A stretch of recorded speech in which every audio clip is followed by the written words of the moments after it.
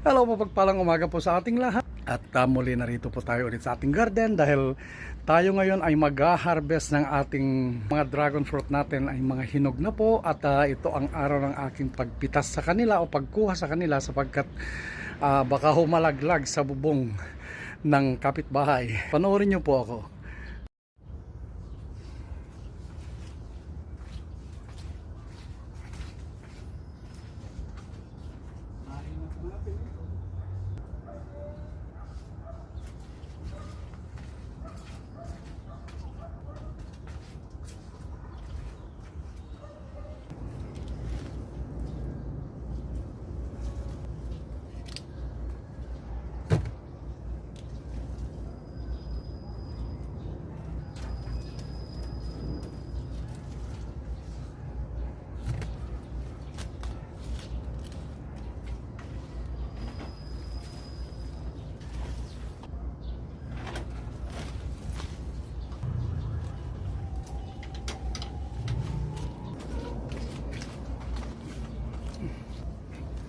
Ito na po yung nakuha ko dito pa lamang po. Yan. Ayan.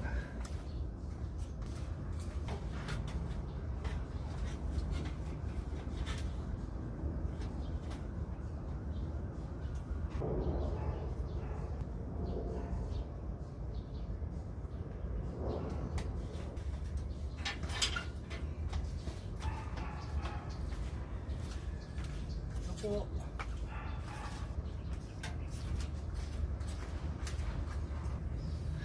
Dito naman po tayo sa kabila.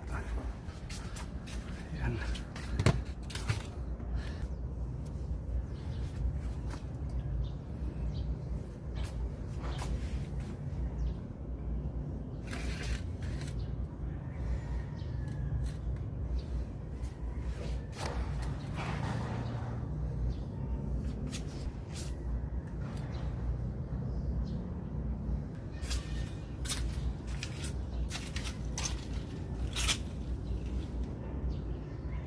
Okay, so ayan na po ang kabuuan ng aking napitas ngayon. Ayan po.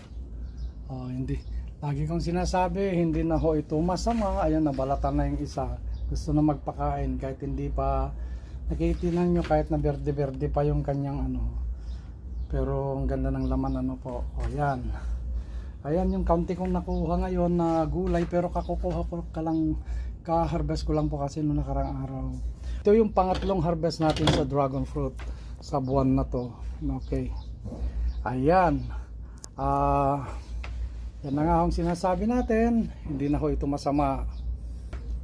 Sa ngalan po ng aking mga harvest, ito po ulit ang inyong Manong Tour. Maraming salamat po sa inyong panunood. Magandang umaga po sa inyong lahat. At God bless everyone. Bye bye. Ugalian natin magtanim.